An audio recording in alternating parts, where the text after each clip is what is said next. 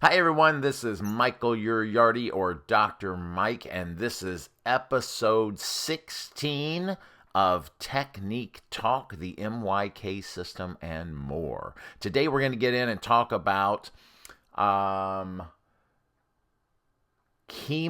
Induced Peripheral Neuropathy, or CIPN. And we're going to learn about what is this, how prevalent is it, how many people actually get it and stuff, and then has the MYK system ever helped with this or not?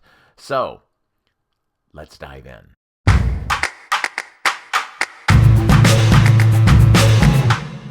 You've probably been hearing about this CIPN thing, most likely in the context of cancer treatment. And maybe you want to know what it really is, beyond just the scary acronym. Yeah, exactly. Well, that's what this deep dive is all about. We've got some really interesting research here from the Annals of Neurology. Plus, we're going to be looking at this hands-on approach called the MYK System. Yeah. It's even gotten the attention of some pretty big institutions like Duke Integrative Medicine. Yeah, it's really getting a lot of attention. It is. So by the end of this, you'll know exactly what CIPN is and also understand its impact, and also why these new approaches are making such a splash, I guess. So first things first, what is CIPN? Well, CIPN stands for Chemotherapy-Induced Peripheral Neuropathy, and it's basically nerve damage. That happens as a side effect of certain chemotherapy drugs. Okay, nerve damage. That sounds pretty serious. How common is the side effect? Is it a small number of patients, or is it something that affects a lot of people going through chemo? It's more common than you might think, actually. The research shows that around 30 to 40% of people who are going through chemo experience CIPN. Wow, 30 to 40%. So that's a pretty big chunk of patients. That's a big chunk. We were talking about millions of people potentially dealing with this. Absolutely. And that's why it's so important to understand this condition. For sure. So let's break this down a bit further. You mentioned peripheral nerves. So what exactly does that mean, and why are they so important?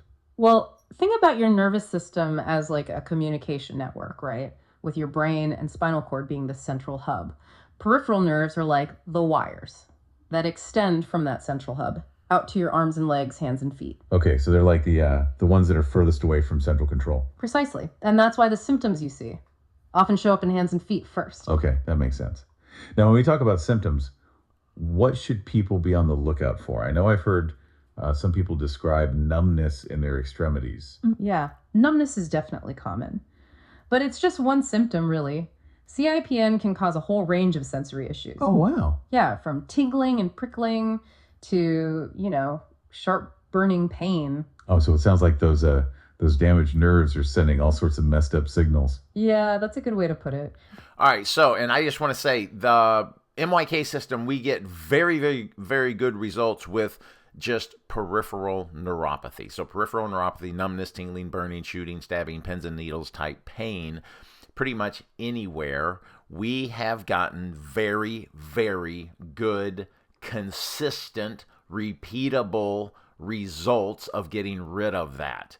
And so I always say peripheral neuropathy. I ask a lot of people all the time, do you have patients with peripheral neuropathy? And everybody goes, oh, yeah, I do. It's hard to get rid of.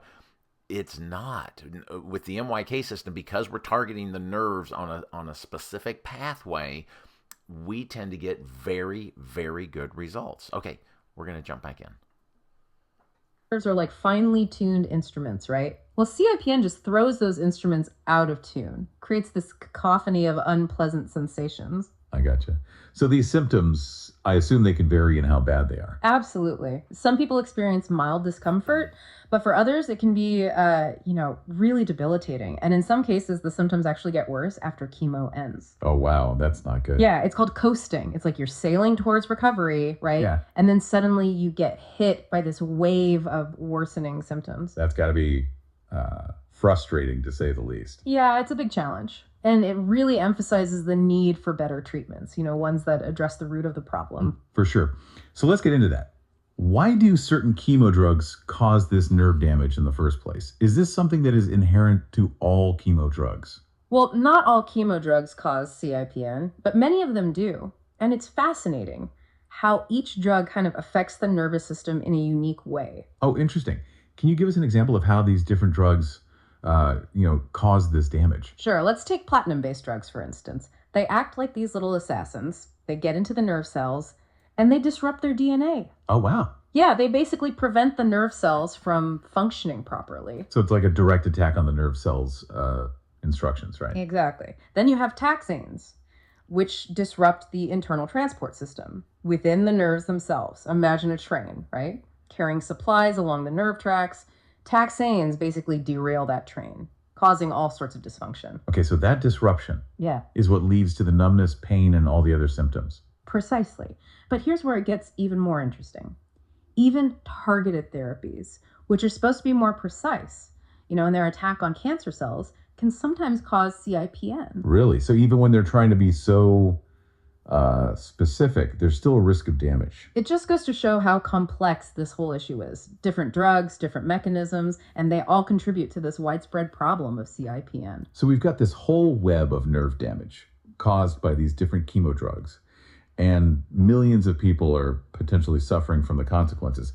Now, again, we're going to say it's up to, they say up to, 30 or 40% of the people. So it's not like the vast majority of the people that go in for chemo get this, but there's a pretty high percentage, 30 or 40% of the people that go in for the treatments can get this. So, I mean, are there ways to prevent CIPN?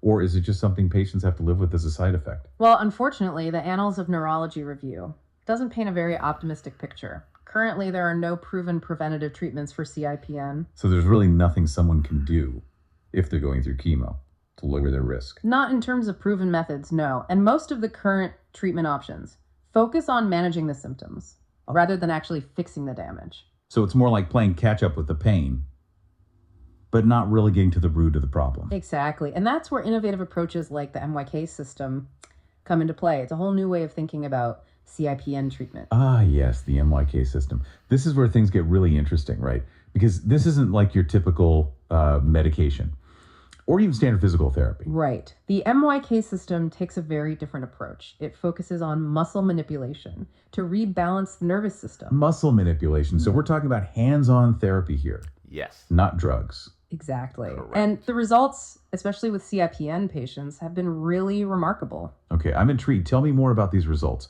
What kind of improvements are we talking about? And what is it about this MYK system that's getting everyone so excited? Well, let's just say it's gotten so much attention that doctors from Duke Integrative Medicine have been reaching out to learn more about MYK and how they can, incorporate it into their own practice. In fact, one of their doctors, called Dr. Iriarte, who developed the MYK system, specifically to learn more so he could start using it with his patients. Duke Integrative Medicine reaching out to learn about a hands-on therapy. That's pretty impressive. They're not exactly known for jumping on the bandwagon when it comes to alternative treatments. Exactly. And that speaks volumes about the potential of MYK. It really. I was impressed with that because I was, when I got the phone call and they had said, we're getting really good results with this. We want to know more about it. I was like, oh, wow, this is really cool. Now, this was a number of years ago. That I got a phone call from them. But for a very long time, Duke had on their website one of the treatment protocols that they used. They had listed the myokinesthetic system. So it was on their website for many years. They've upgraded their website. And so I have to go back and see if I'm still listed on there. All right. So how does manipulating muscles actually help with nerve damage, especially the kind caused by chemotherapy? What's the thinking behind that? Well, the theory is that by strategically working on specific muscles, the MYK system can calm both the central and peripheral nervous systems. It's like reducing the static, caused by CIPN. Static, that's a good way to put it. I like that. Those damaged nerves are sending all these garbled signals, and MYK helps to quiet them down. Yeah, that's a good analogy. And remember, CIPN usually involves more sensory problems than motor issues. And this system seems to be particularly effective at addressing those sensory problems, helping to retune those nerves and reduce those unpleasant sensations. So it's like retuning an instrument, right? Getting those nerves to play the right notes again. Exactly. It's not just about masking the symptoms. It's about getting to that underlying imbalance in the nervous system and promoting real healing. This is all fascinating. So we have this specialized hands-on approach that's showing some real promise in an area where traditional medicine has been struggling a bit. Lacking. And it's even attracting attention from big institutions like Duke because it's actually addressing the root of the problem, not just covering up the symptoms. That's a very good summary. And the fact that places like Duke are taking notice suggests that the MYK system could be a real game changer. This is really promising news for all the millions of people suffering from CIPN. But before we get too deep into the MYK system and all its potential, I think we should take a step back and talk about the impact of CIPN on patients' lives more broadly. Because it goes beyond just the physical discomfort, right? You're absolutely right. The emotional and psychological toll of CIPN can be just as significant, if not more so. Let's explore that a bit more after a quick break. Sounds good. So we were just talking about that emotional and psychological impact of CIPN. Yeah, it's often overlooked, but it's really important to understand that side of things too. Yeah, absolutely. I mean, you're already going through so much with cancer treatment, right? All that stress and uncertainty. And then on top of that, you have to deal with this chronic pain, numbness, and even loss of function. It's a huge burden, both physically and emotionally. It can lead to feelings of isolation, frustration, even despair. I can imagine. It's like this invisible struggle you're carrying even after the cancer treatment is over. Yeah. And I bet it's hard for people to really get it, the people around you. Absolutely. They see that chemo's finished and they think you should be back to normal. But with CIPN, it's just not that straightforward. The symptoms can linger for months, sometimes years, even indefinitely in some cases. So you're dealing with this pain, the limitations it puts on your life, and then you feel like nobody understands what you're going through. It can be very isolating. That's why it's crucial for doctors, family, friends, everyone to be aware of this emotional and psychological impact. Right. It's about recognizing that healing goes beyond just the physical. Exactly. And that's where approaches like the MYK system offer so much hope, not just for the physical symptoms, but for overall well-being. Yeah, you mentioned earlier that the MYK system is getting attention from Duke because of its pretty impressive results with CIPN patients. Can you Before we jump in for that, one of the things that I always talk about is when somebody comes to our office and we're able to get them some relief and show them within 1 or 2 or 3 treatments that, look, they're already feeling better. A lot of these people have had their problems for months, some of them for years. And so we're able to provide that person hope that, oh my gosh, I can get rid of this. And that's a big deal. So it's not just the physical component that we're helping with. And so that's why I let this kind of play out there, is we are helping with the emotional component, the mental component of it, because we're giving these people hope that, oh my, I can get out of pain. I can get rid of this. What makes this approach so unique, so effective? Sure. Unlike traditional treatments that rely on medication to mask the symptoms, the MYK system tries to address the root cause, which is that imbalance in the nervous system. So it's not just about numbing the pain. It's about actually getting that nervous system working properly again. You got it. It's Correct. like taking an instrument that's been knocked out of tune and carefully recalibrating it. I like that analogy. So how does MYK achieve this? What does the treatment actually involve? It involves a series of very specific muscle manipulations tailored to each individual patient. So it's not a one-size-fits-all approach. Not at all. The real beauty of MYK is in its personalized approach. Dr. Uriarte, who developed the system, he believes that everyone's nervous system is unique, so the treatment has to be tailored accordingly. It sounds like detective work almost. Figuring out what's going on with those nerves. Yeah. And then customizing the treatment. Exactly. It starts with a thorough assessment. Identify those areas of muscle tension and nerve dysfunction, and then specific manipulations are used. Actually, it's a lot easier than that. You just look at somebody's posture. It's a posture scan. It's real quick. Takes 4 minutes to do the full body. And you just look and see where they're off. And sometimes you have to measure some things. A lot of times you just kind of look at what's off. And it's like a checklist. Check, check, check, check, check. I see these things. And then you go, okay, what does that tell me about the nervous system? And you go, oh, look, you have a C6 problem. Okay, let's treat C6. And you treat everything on C6 on both sides of the body. The person stands up. And all of a sudden, if they were out of balance, they balance. Their pain level goes down. Their range of motion goes up. They're like, what did you just do? That didn't take long. It didn't feel like you really did anything. And it's really cool. All right. Those tensions and restore that communication within the nervous system. And by calming the nervous system down, those messed up signals causing the numbness and pain, they start to quiet down. Precisely. It's about restoring balance to the nervous system. allowing it to function the way it should. This is really incredible. Yeah. It makes you wonder why there isn't more research focused on these kinds of personalized therapies that address the underlying cause of things like CIPN. It's a good question. The MYK system is a perfect example of how thinking outside the box and moving beyond just pharmaceuticals can lead to real breakthroughs. Totally. And the fact that institutions like Duke are paying attention speaks volumes about the potential here. Definitely. It's a testament to the power of innovation. Well, and let me just say, so there's Duke University, Duke Integrative Medicine. There's the University of Idaho. I've gone and taught at Indiana Wesleyan University as well. And so there's a couple of different universities that I've been to that I've taught at. And so we're gaining a little bit of traction from that standpoint as well. Explore new possibilities in healthcare. This whole deep dive has been so eye-opening. We've gone way beyond just, defining CIPN. We've looked at how common it is, the symptoms, the causes, the limitations of traditional treatments, the emotional and psychological toll it takes. And now these innovative approaches like the MYK system. You've covered a lot of ground, and hopefully our listeners now have a much better understanding of just how complex this condition really is. I think it's safe to say we've just scratched the surface here. There's still so much to learn about CIPN and how to effectively treat it. Of course, there's always more to explore, but I think we've laid a good foundation. Definitely. Yeah. So as we wrap up this deep dive, I'm curious to hear what your biggest takeaways are from all of this. What's really stuck with you? Well, I think what strikes me the most is the fact that there is no way to prevent CIPN right now. It's really unfortunate that patients basically have no control over whether they develop this debilitating side effect. It really underscores the need for more research, to find ways to protect the nervous system Right. before the damage is done. Yeah, I mean, it's kind of mind-blowing. We can send people to the moon, but we can't prevent nerve damage from cancer treatment. It makes you realize how much we still don't know about the human body.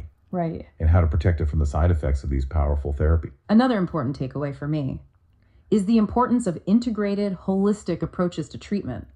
It can't just be about managing symptoms with pills. It has to be about addressing the whole person, their physical needs, their emotional needs, their psychological needs. True healing has to involve all of that. And that's where approaches like MYK really stand out. Exactly. It's not just about medication and procedures. It's about understanding that interconnectedness of the nervous system and finding ways to bring it back into balance. Yes. Empowering patients to be an active part of their healing process. It reminds us that the body is capable of incredible things if we give it the right support.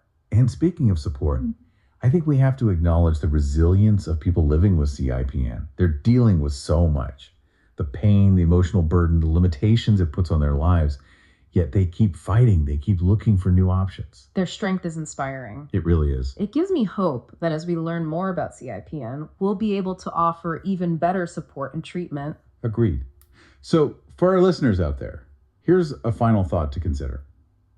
We've talked about the need for personalized medicine and thinking outside the box when it comes to CIPN.